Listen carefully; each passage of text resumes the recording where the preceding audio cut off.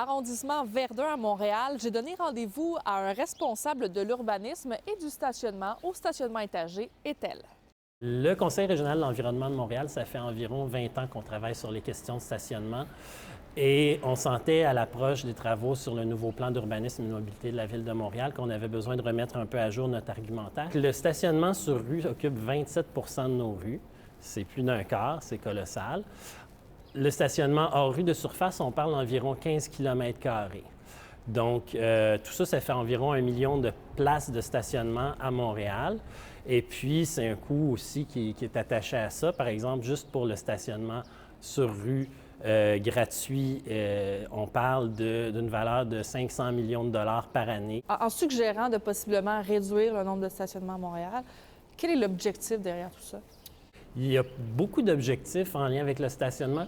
Réduire le stationnement superflu. Il y a plein d'endroits comme ici où on se trouve où il y a du stationnement excédentaire et qui continue d'entraîner des coûts puis des impacts sur l'environnement et puis qui encourage les gens à se doter de plus en plus d'automobiles. Donc ça, déjà, en réduire l'excédentaire et en optimisant ça, en faisant ce travail-là, encore une fois, on risque de se retrouver avec du stationnement excédentaire qu'on va pouvoir utiliser à d'autres usages, que ce soit pour construire des nouveaux immeubles, pour faire des logements, on sait qu'on en a vraiment besoin, que ce soit pour verdir nos rues parce que on est dans les changements climatiques, c'est pas arrêtable, puis on va vivre beaucoup d'épisodes de canicule dans les prochaines années, ou pour favoriser d'autres modes de déplacement alternatifs à l'auto. Est-ce que vous trouvez qu'il y a trop de stationnement à Montréal puis qu'on pourrait en enlever? Certainement, Oui, pourquoi?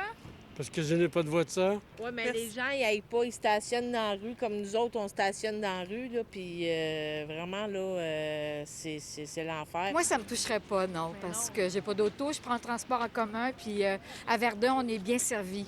Donc, vous, si on enlevait des places de stationnement, par exemple, ça vous dérangerait pas? Là? Bien, pour mes amis, parce que j'ai des amis qui sont handicapés, puis en marchette, tout ça, fait que des fois, c'est pas évident d'aller dans les restaurants. Moi, je trouve ça pas mal dur quand je vais en ville, puis tout, surtout moi que j'ai des problèmes, j'ai un handicap, puis pas trop de la place pour parker. Hein. Et maintenant, comment pouvons-nous repenser les places de stationnement excédentaires dans la métropole? Peut-être nous expliquer ici les 2 derniers étages vont être transformés en espace citoyen. Oui, donc c'est le stationnement Etel. On est à l'angle de la rue de l'Église puis Wellington à Verdun.